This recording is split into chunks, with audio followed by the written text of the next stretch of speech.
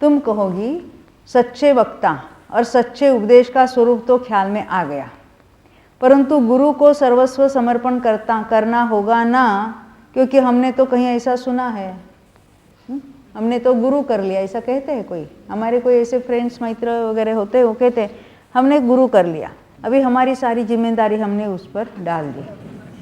ये गुरु करना, ये बात मैं समझी नहीं कभी।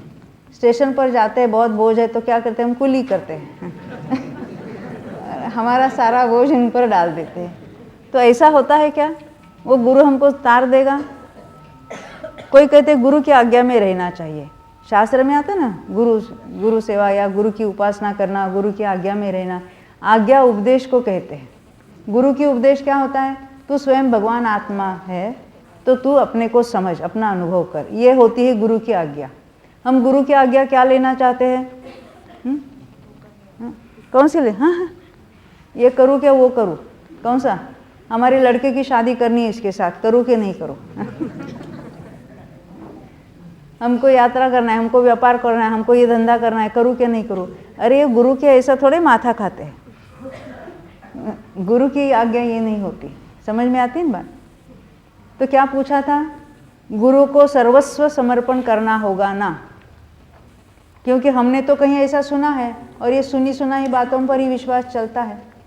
और सर्वस्व समर्पण किसका मानते हो?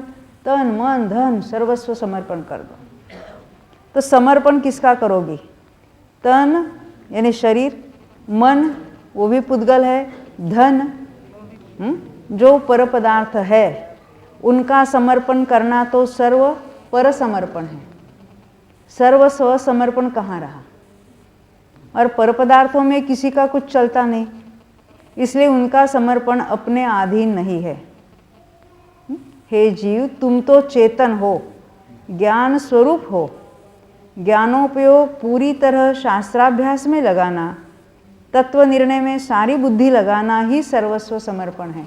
हमारा पूरा का पूरा हमने उसमें डाला है, हमारी जो बुद्धि है वो निर्णय में लगाना ही हमारा सर्वस्व समर्पण है।